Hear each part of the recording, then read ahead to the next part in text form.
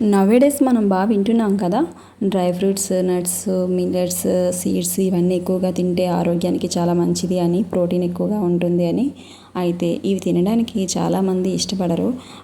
Daily తినాలంటే bore అనిపిస్తుంది. నాకు కూడా అలా అనిపించి నేను ఇలా ట్రై చేశాను. మీకు కూడా నచ్చితే ఇలా ట్రై చేయండి. ఏంటంటే వీటిని కొంచెం కొంచెంగా తీసుకొని డ్రై రోస్ట్ చేసుకోవాలి. అన్నిన్నో ఒక్కొక్కటి వేరువేరుగా ఇలా ఈ విధంగా నేను అన్ని డ్రై రోస్ట్ చేసుకున్నాను. పంకిన్ సీడ్స్, ఫ్లాక్ సీడ్స్, ఇంకా మిల్లెట్స్, జొన్నలు, సిసమే సీడ్స్ ఇవన్నీ నేను డ్రై రోస్ట్ చేసుకున్నాను.